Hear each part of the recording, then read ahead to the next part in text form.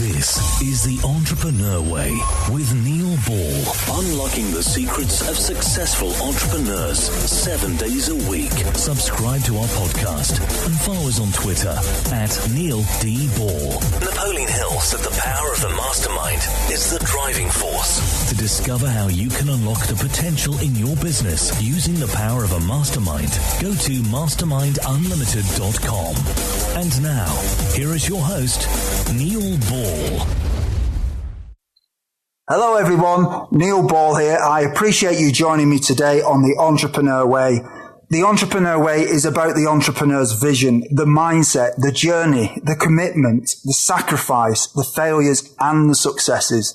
I'm so excited to bring to you our special guest today, Donnie P. But before I do, I just want to give you a quote to think about. Peter Drucker said, "My greatest strength as a consultant is to be ignorant and ask a few questions." The Entrepreneur Way asks the questions so we all get the insight, inspiration and ideas to apply in our businesses. Donnie, welcome to the show. Are you ready to share your version of the Entrepreneur Way with us? Yes, I am, Neil, and it's a pleasure being on your show and talk to your listeners today and other entrepreneurs on how I am doing in business and helping others. Thank you very much for joining us. Donnie P is an entrepreneur, an author of How to Catch a Mouse with No Cheese, real world lessons and experiences from an entrepreneur. Donnie has also had the drive and determination that has enabled him to start a business from the ground up without any money.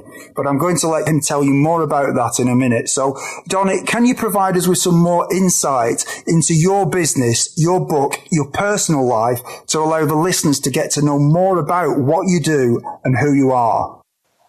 Well, Neil, I started in my journey in business started when I was in college. Yeah. And I was born with an entrepreneurship spirit. Everybody is born with different talents from God. And my talent is starting up businesses. Mm-hmm. And in college, and how I started in business is when my dad, I'll never forget this. My third year in college, before I'm close to graduating, my dad told me that he wasn't paying my bills anymore. Mm-hmm. And I'm like, wow, I had no money. I mean, he was giving me money from his business that he was doing at the time in the late 90s. And I was like, wow, I can't believe it's like a ton of bricks just landing on my head. Yeah. And I didn't know where to get the next dollar from. So immediately, man, in my apartment, I had no money to pay my rent the next month or nothing, no car, nothing, absolutely nothing. So that night, man, I just cried.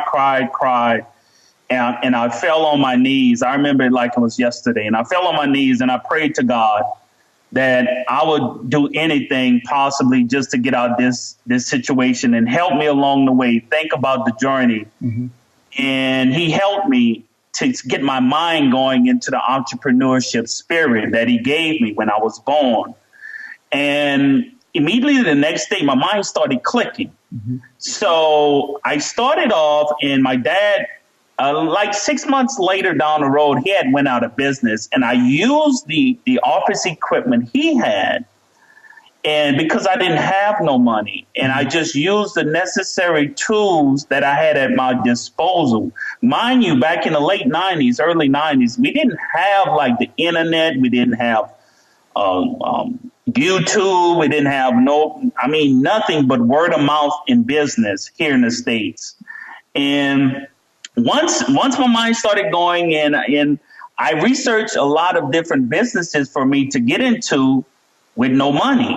Mm-hmm. And it's slim to none. The chances of succeeding in business with no money is exactly zero almost. But you got to have faith in God. And that's the only way I tell people faith can overcome everything, every obstacle in life, because I'm a firm believer of that, of what I've been through in my experiences. Absolutely. And what I did was I researched it, and then the state has started a program out here in Louisiana in the States, had done substance abuse counseling for troubled kids. And these were kids that was having problems in the school systems, right? Because my parents are educators, okay? Yeah. So we knew everybody in the community. And I started up, got my license. And what I did was my suppliers at the time, I just honored my word. Back then, I like to work by handshake. I don't like contracts. My sister's an attorney. I hate contracts or nothing like. I'm old school where I'm from. I like to give handshakes. Your word is your bond. Yeah. And once I started making money, I paid back my suppliers because 9 times out of 10, they started out just like you as an entrepreneur. Mm-hmm. And man, I never forget, man, they helped me out a whole lot. And I started growing clients. I made a lot of money. I mean, a lot of money. And at the end in 2000, but we'll go through that longer in the conversation. I'll tell you a little bit more what I'm doing up to now as being a franchisor. Okay. And it was very good back then. Mm-hmm. Excellent. So how did it develop beyond there to where you are now? It developed beyond that. And make a long story short, in 2000, we had a business recession out here. And I started up my own candy company. Entrepreneurs got to have a mindset of plan A, B, C, and sometimes D, because in that type of mind frame, you always got to have multiple options open to you. Start up different businesses. After you get one solidified and you have a good team on your side, start another businesses where you have multiple avenues. Don't never be a one-trick pony. One-trick pony is eventually going to die. Mm-hmm. A pole rat have one hole to go to, my friend. And that hole eventually going to get poisoned, or either you're going to be out of business. Okay, that's very true. So have multiple holes. And what I did was, during my candy company time, the state had a recession out here in the States. I couldn't produce no money, and I had contracts with Walmart. Walmart was going to put me nationwide here in the States. And at the time, I had no money because the state had stopped the services program where they had started out because of budget cuts. Okay, mm-hmm. It's a very political animal there. That's another conversation. But from there, I went on doing the candy company, and 9 times out of 10, I had my base and I had to pay my workers. And man, it was either a hole or full back in 2000. And then after that, man, my own cousin sued me. Don't never go into business with your own family members. Pay them to stay away from your business because they think they own the place. Trust me, man. I believe you. I've done it. Yeah, well, you know what I'm talking about, Neil. Oh, yeah. So, 2000, and I took some time off, man, because I was not a very nice person when I had money. I didn't come from money, Neil. Yeah. And once you get money, that's a different ball game. Mm-hmm. And I had to learn on-the-job training is the best experience ever, dude. Mm-hmm. So I learned a lot. And in 2000, God was working with me. And I wasn't a fairly nice guy to I started being more humble. And as with age and as in time, you learn to be more humble and understanding of your surrounding and understanding other people. So in 2007, I started up my next business, dealing with just elderly home care, right? Inside the home, non-medical, taking care of their daily living activities such as bathing, eating, dressing, their daily 8 to 5 routine. Mm-hmm. These are elderly people that was paid by the state. Another program had just started up here in Louisiana. Well, I'm here in Texas now, but back when I used to live in Louisiana in 2007.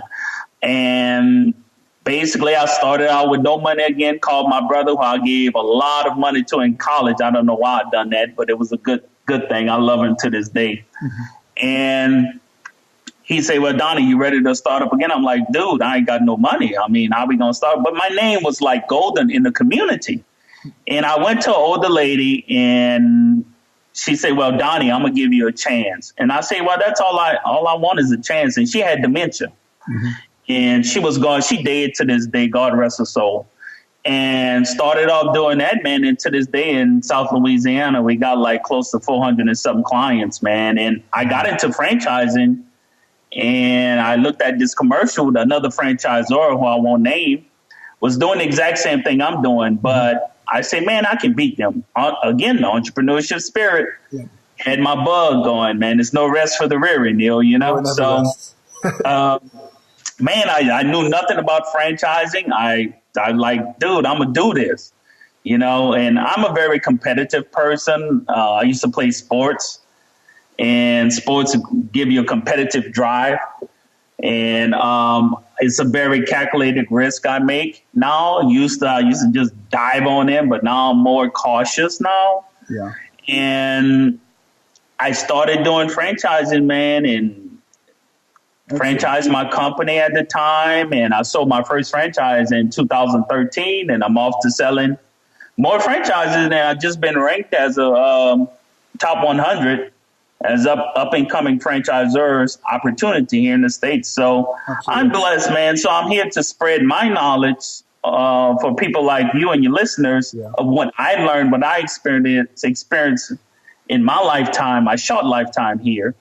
And I'm here to tell everybody about my work I've done so far. Sounds awesome. A superb journey there. So you've also written a book recently as well. Would you like to tell us a little bit about that?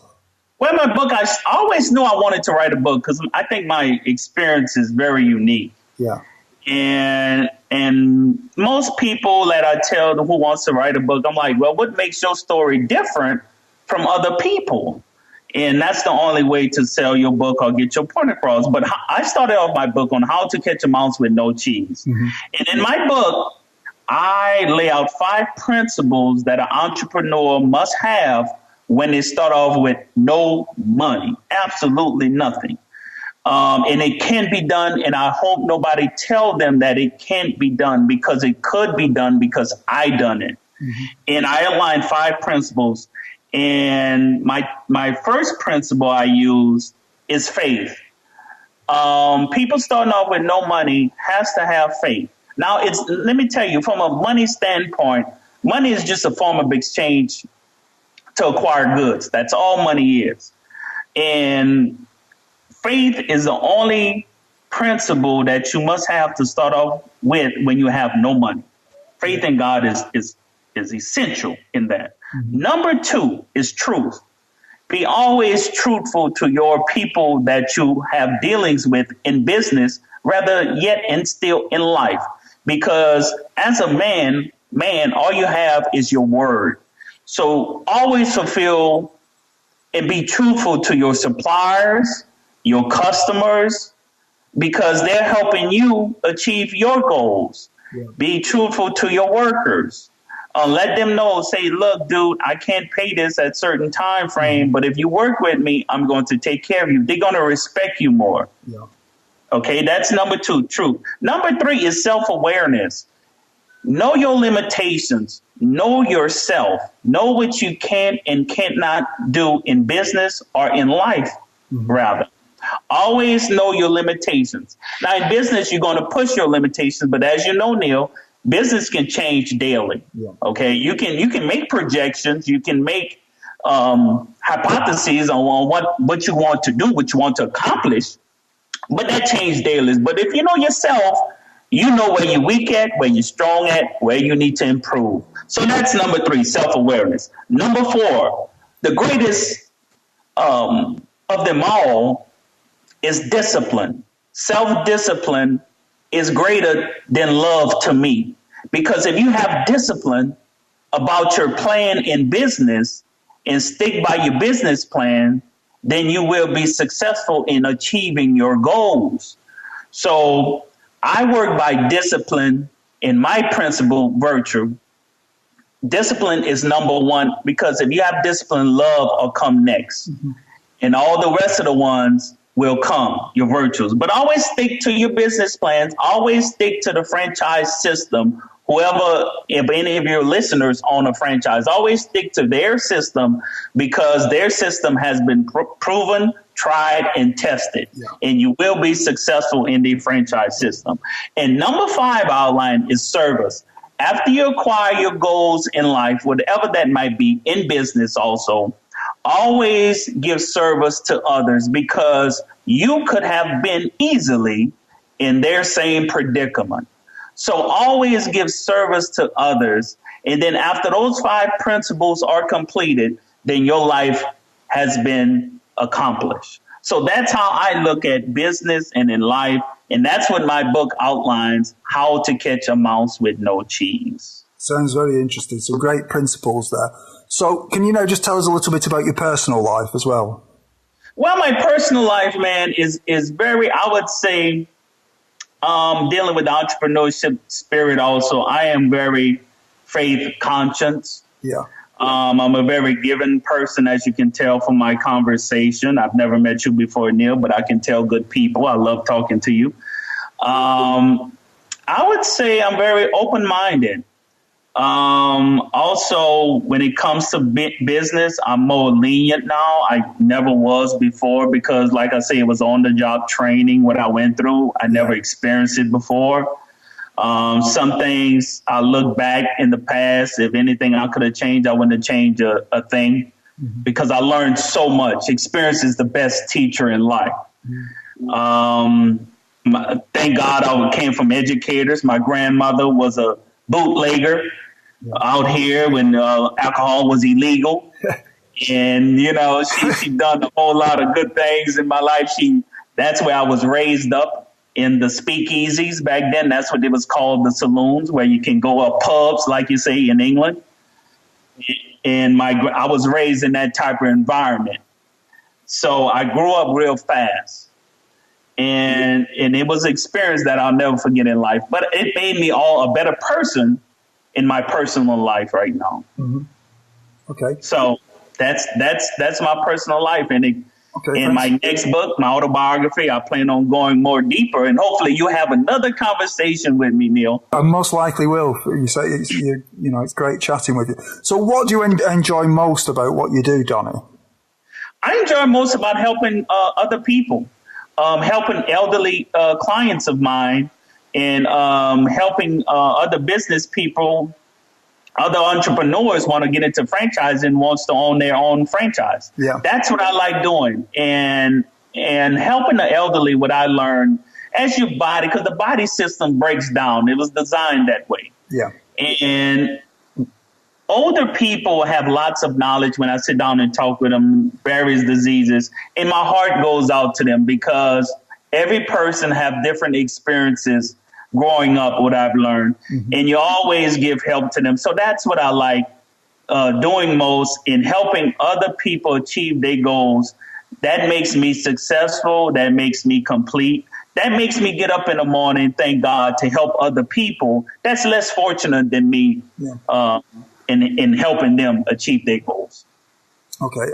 What is it that drives you? What makes you get out of bed each morning and do what you do? Because you sound like you're a really busy guy and you've got a lot going on at once here. So what is it that makes you do this, the motivation behind it? What drives is I have goals in life that I want to achieve before I check out of here, before it's my time, my mission is complete.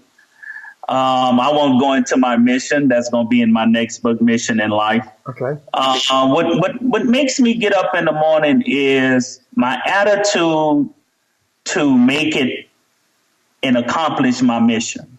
Yeah. Some days it's hard, and some days I don't feel like waking up. And everybody have a cross to bear in life. Other people's cross is different from your cross. Mm-hmm.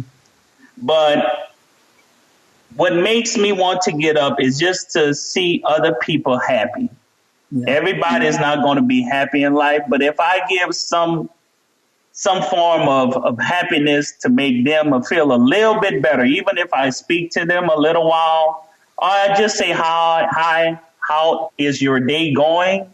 Mm-hmm. That makes me complete. That makes me happy. That makes me want to get up in the morning. And if I say to my workers, like today, I made their dream come true, some of them. And if I was glad to hear that from them. Yeah. And that what makes me happy, somewhat in this hellhole of which we live in. So that what makes me happy, Neil. Just getting up in the morning and helping others, my friend. That's a great philosophy. So when obviously you do all this for other people, how do you relax? What do you do when you're not working and you're not writing books? What sort of makes you totally chill out? What makes me entrepreneurship spirit, you never really relax. You may take some time off and your mind is always going, Neil, as you know, that entrepreneurship spirit. But what makes me relax, man, I read books. I love history. Yeah. And you got to know where you came from to understand the position of which you're in right now. So I read books, and I don't play sports no more because my body, I don't want to, have no ligaments. I work out, keeps the body in motion. I'm more health conscious now. And that what makes me chill out and relax, because entrepreneurs got to find time to relax. And starting off, it was hard for me just to relax. Among extracurricular activities I was doing was sometimes detrimental to my health, Neil. Yeah. But right now, I just read books, work out, and sometimes I just sit down by myself and just detox, turn the phone off, and turn the TV off. The idiot box, what I call it. Yeah, I call it that.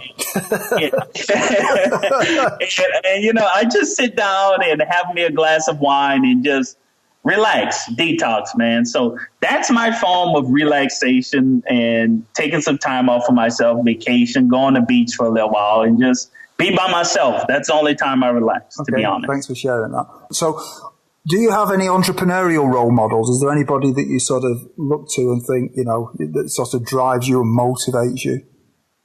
The first book I read on an entrepreneurship model, was this guy called Reginald Lewis. Yeah. He was the first black billionaire here in the States. Okay. And back in the early 80s, that was the first book I read, matter of fact, and it gave me a sense of entrepreneurship spirit. Yeah. And besides that, man, that's really the only book I read that interests me dealing with business, because I'm like Michael Jordan, man, like in basketball, it just comes natural, to be honest with you, Neil. It just a gift from God that I acquired. And I love what I do. Yeah. And that was the first book I ever read about business.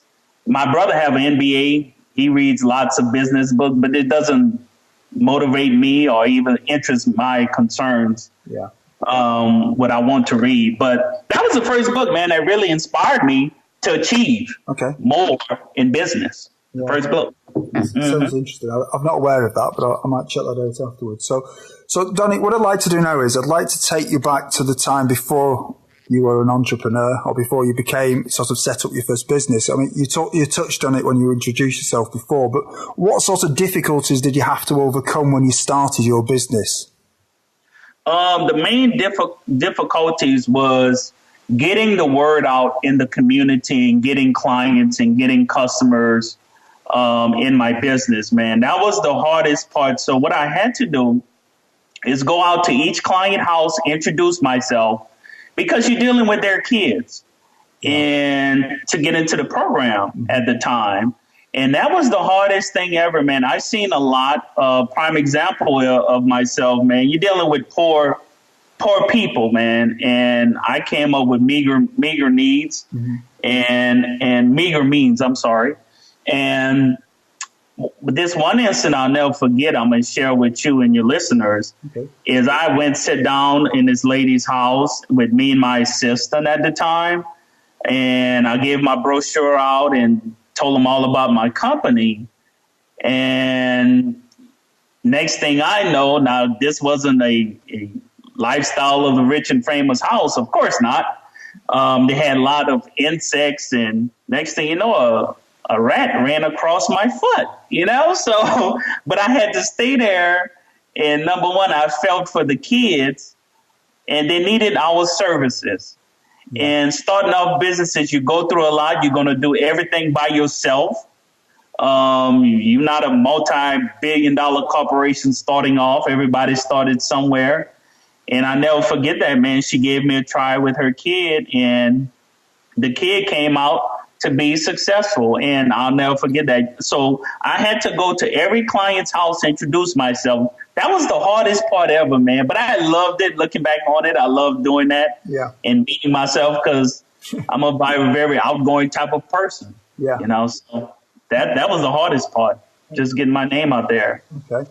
So, and did you have any doubts that delayed you starting your business when you first started? Yeah, I had doubts, man, dealing with the state and getting my license to operate as a provider to provide these services. Yeah. I had to make sure my manual and everything they wanted was up in there. Mm-hmm. I had to make sure dealing with state regulations, because there's a lot of stipulation and regulations first when I had to start off in business. Mm-hmm. My sister was an attorney, so she helped me out on that. So you got to use the resources you have with no money involved. You got to use whatever means you have already at your disposal and work on them.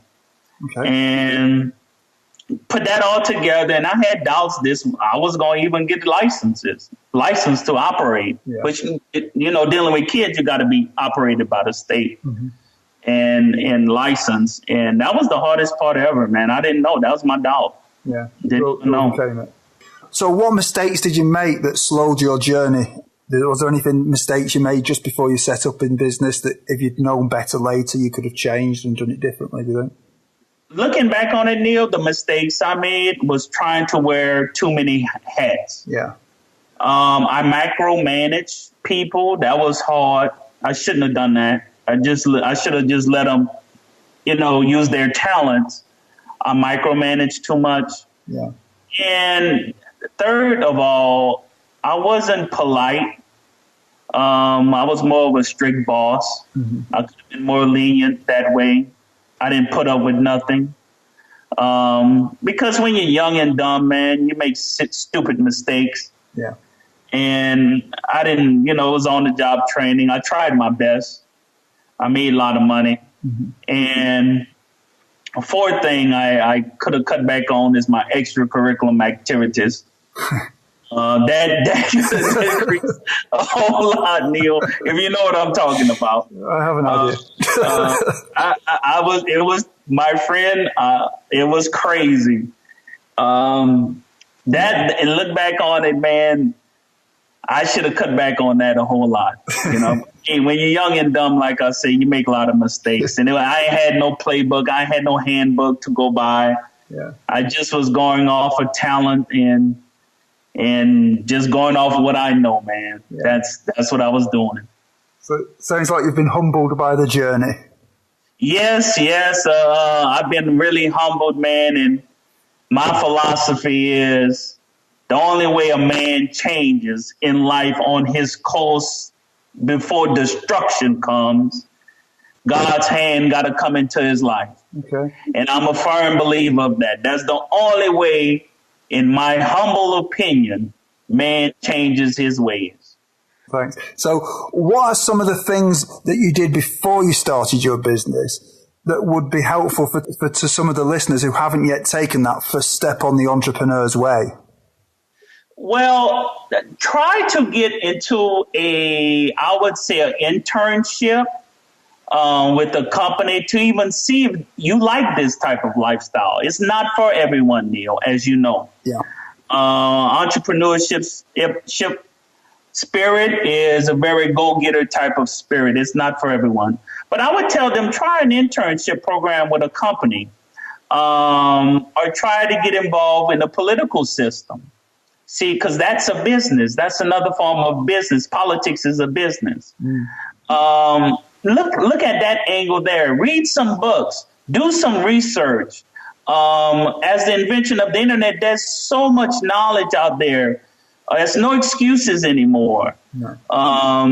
Read books and do your research and see if you even want to do this. Mm-hmm.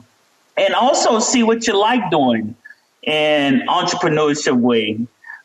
See what venture you want to get into to help others. Yeah. And that's the strategies I would think your listeners need to do first if they want to be an entrepreneur. Yeah. Because it's not for everyone. No, absolutely. It's hard, isn't it, sometimes? Isn't it? Yeah, man, it's very hard because you don't have a steady income. You have to create it. Yeah. You have to make it happen. And there's a lot of competition out there. And with my franchisor system, what makes you different? What makes you going to attract customers or clients? What do you bring different in this wheel? And because the wheel is already created, and it can be done, and you got to be optimistic type of person. To even get up in the morning to say, look, I'm ready to do this. But once it's done, once the wheel is there for you, it's going to be very easy. Yeah. So, Donnie, what I'd like to do now is if we can just move forward into the sort of the entrepreneurial journey itself. So once you've started your business, I'd like to ask you a few questions about that. But one thing is, I mean, you talked about the fact that you've got you sell franchises. I mean, for people that don't know, the beauty of a franchise is obviously you get all your systems all set up for you. I assume you do some kind of manual or something that tells people how to do stuff and how to keep the standards and things in the business and things like that.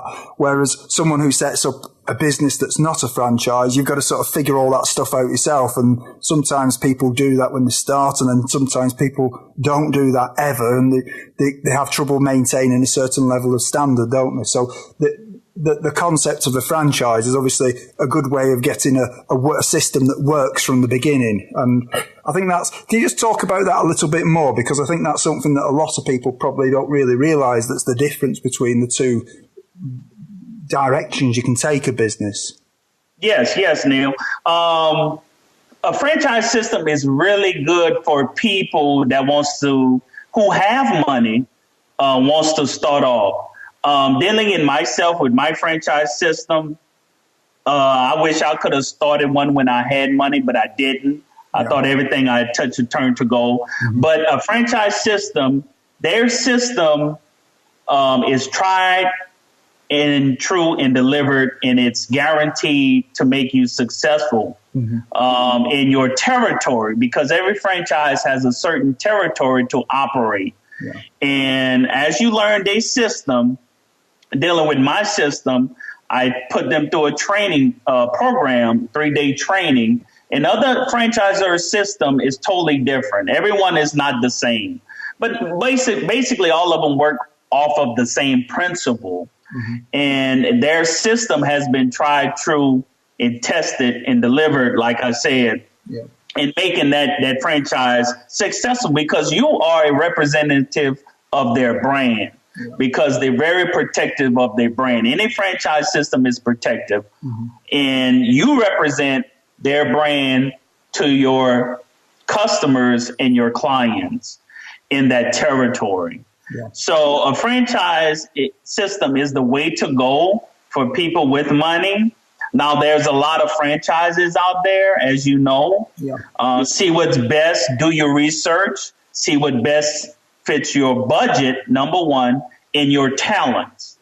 And whatever one fits your budget and talent, that's what you go with. Yeah. Now, make sure that you don't have too much competition of that franchise brand in your territory or in your community that you are trying to get. Mm-hmm. Make sure that system, do your research, make sure their system is very helpful in achieving your goals, because eventually you want to add, with that brand, want to add different territories to the system and expanding your business model. So that's what I would suggest to your listeners. Yeah. Okay. Who are thinking about a franchise, to do it exactly like that. Yeah, I just thought it was great to have it from somebody who actually organises franchises, because obviously there's lots of people who buy into franchises, but there's not many franchisors who are out there who can tell us this sort of stuff. So it's very useful information. So is culture important from the beginning in a business? What's your opinion on that? Yes, culture is very important. Being a type of outgoing person, of which I am, I love people. To me, that's at least one principle a person got to have, not an introvert, but an extrovert, in getting out and meeting people. Because in business, you have to let people know about your business, what your services is, and everybody need the same services or clients that want your type of business. So culture plays a whole lot in being successful in your territory. Yeah. So always, like I tell people, always see what your clients or customer wants from a business standpoint. Always be open-minded.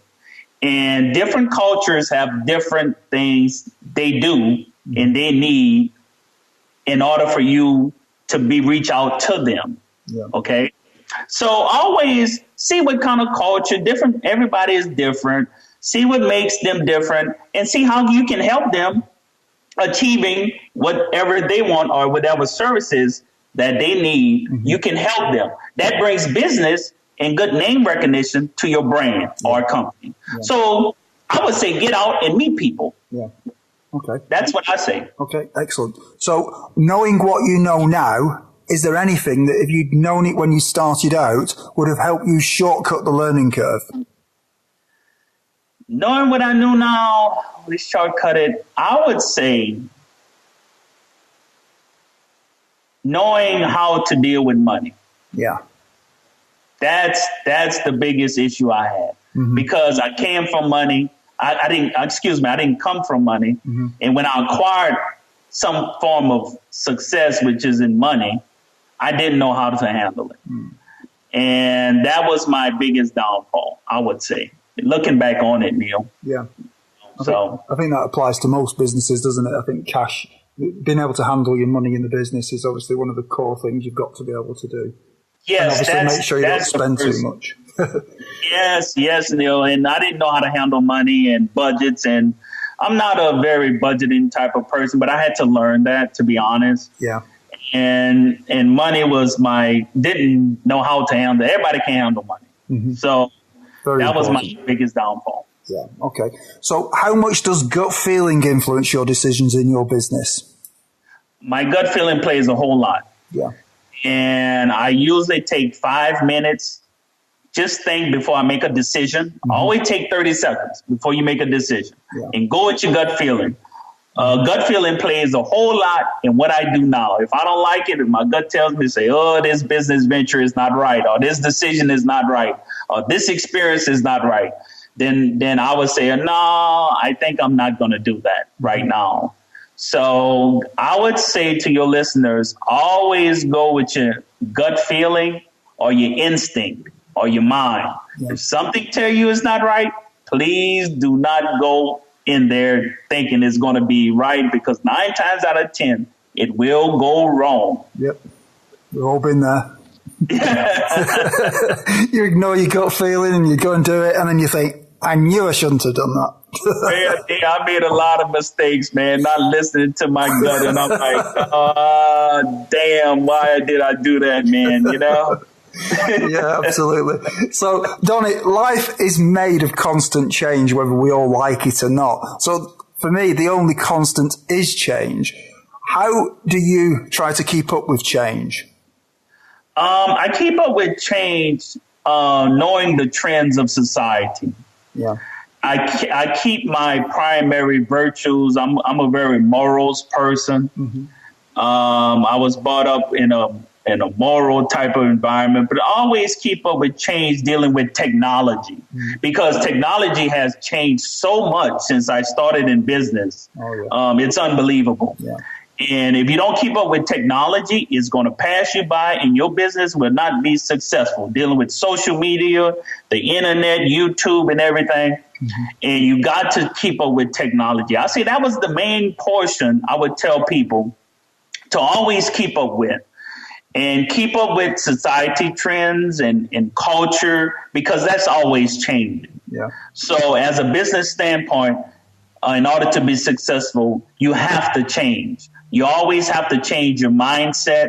Yeah. Always change your services, or matter of fact, your goods. Talk to your customers. See how your goods matches up to other goods or services. Yeah. So I would say always keep up with those points, and you should be okay in business. Yeah. Okay, because if you don't, obviously you lose track of where you are, don't you? And your competition will overtake you and everything. So it's very important that you do constantly keep a check on where you are and what's going on around you. So yes, it's unbelievable how that can change daily. Yeah, Donnie, what's your favorite book on entrepreneurialism, business, personal development, leadership, or motivation, whichever you like? Can you tell us why you have chosen it? My favorite book that I read was, I would say, because I read a lot of books. I'm trying to pick one that really stands out. Okay.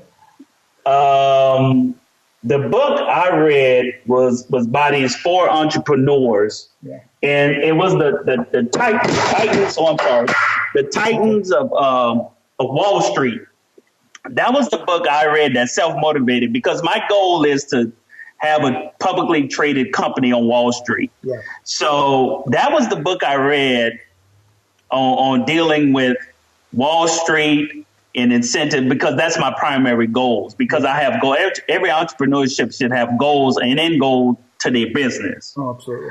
And my business was on Wall Street, and and see what I can do to achieve my goals on Wall Street and getting it publicly traded company listed on there. So it was this book I read. Okay. Dealing with that. Okay, thanks for sharing that. Everyone, when you have a busy life, listening to audiobooks is a great way to expand your knowledge in the time that you may be doing other things, such as driving or when you are at the gym or working out. We have a special offer for you of a free audiobook of your choosing. To choose your free audiobook, go to www.freeaudiobookoffer.com. As long as you haven't already signed up, you will qualify and you can get a free book. So that's www.freeaudiobookoffer.com. Right, Donnie, what I'd like to do now is, can we fast forward to the future? So just immediate future, and then we're going to zoom right out. So what one thing would you do with your business if you knew that you could not fail? One thing what I do with my business, I would say get more clients. Okay. Get more clients, get more franchises in my pipeline system, which I know I cannot fail at, because I know where I'm strong at. Yeah. In doing so, that's one thing I would do. What I know I cannot fail at, mm-hmm. Okay. in providing services to customers. Yeah. Absolutely. So what skill, if you were excellent at it, would help you most to double your business? What skill? Yeah. I would say a skill is meeting people. Yeah. Everybody don't like meeting people. You sound like you're good at meeting people, though. Yeah, I'm really good at it, man. So what skill are you not that good at, that if you were good at it would help you to double your business? I'm not good at budgeting. Okay. I'm not good at that. I had to learn that, but I'm if I was a better budgeting person, that would give me 5 stars. I'm at 4 stars, Neil, but not at 5. Man. You're almost there. So, you're only a bit away. Yeah, not much more. Okay, so in 5 years from now, if a well-known business publication was publishing an article on your business after talking to your customers, your suppliers, maybe your franchisees, what would you like it to say about your business? A business that started with nothing. Yeah. That's what I would like my article to say in Forbes magazine or that kind of Business Weekly. Business that started with nothing and look where they got now. Yeah. That's what I would like the article to read. Where do you think you'd be at that point? Where would you like to be at that point? In 5 years from now, God spell life, nothing happens to me. In 5 years, I would say I would be, like I said before, a publicly traded company. Yeah. Offering stocks to the public, mm-hmm. and creating other businesses, what I love doing, mm-hmm. and helping people. That's my 5-year plan. Okay. in getting that accomplished and talking to people like you, Neil. Yeah, well, it's great doing it. It's great to share. I think it's great to share different people's philosophies like this because you get a good perspective from different things, don't you, when you do that? Of course. And I love doing it. Yeah, well, thank you. So we're now at the part of the show where I'm going to ask you for 3 golden nuggets, which is basically 3 resources that you have. So the first thing that I'm going to ask you for is, what's your favorite quote and how have you applied it in your life or your business? Do you have one? Yes, I have a favorite quote. Matter of fact, my favorite quote is in my book, dealing with faith, mm-hmm. and dealing with a person that started with no money. And my quote is in my book, which I start off in chapter 1, is true faith in your Father in heaven is the only way to make your business dreams come true when you're starting with nothing in a hellhole. Okay. So that's my favorite quote I ever done in my book and in my lifetime. I'm not going to I have a few others that come secondary, but that's my favorite quote of which my life experience have been. And how have you applied that? I applied that through my daily life, my business starting off. If I didn't have faith, you wouldn't be talking to me right now. I'd probably be in a bad place. Yeah. Because to me, that helps me wake up in the morning of helping other people. And I applied it to I apply it to my business principles, and I apply it now to my workers. I put myself in their shoes, and I build a good team. Once you have a good team, your business is going to be successful. Mm-hmm. And I had to learn that, Neil. Mm-hmm. So, and all that comes from experience.